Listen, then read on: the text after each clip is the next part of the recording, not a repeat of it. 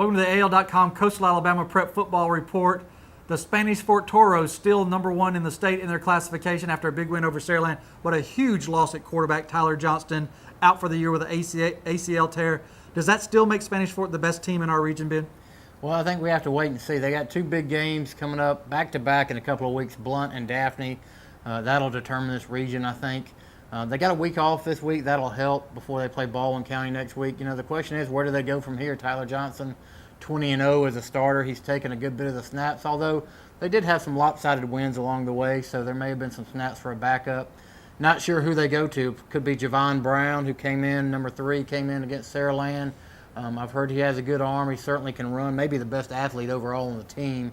But you've got to think they're going to reshape that offense a little bit. Tyler Johnston's just so experienced, knew what Coach Freeman wanted, and it's just going to be interesting to see where they go from here. But a tough blow. Certainly, you know, they fell out of the number 1 ranking in our Power 20. AL.com Hoover now moves up. That's doubtful. I still voted them number 1.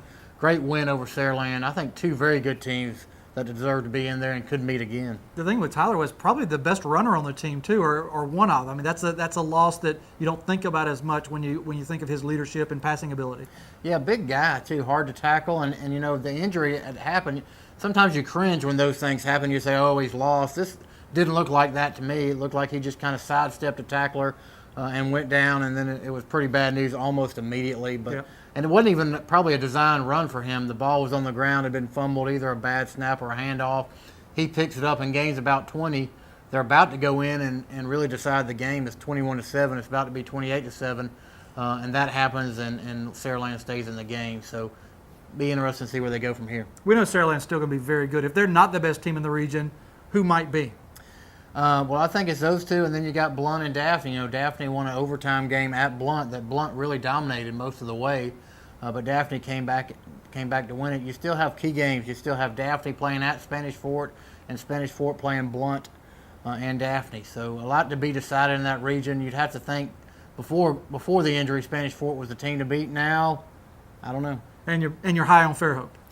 Fairhope looks really good. I mean, they're just killing people. You know, they really beat Baker pretty soundly. A previously unbeaten Baker had the game in hand at halftime, or at least early in the third quarter.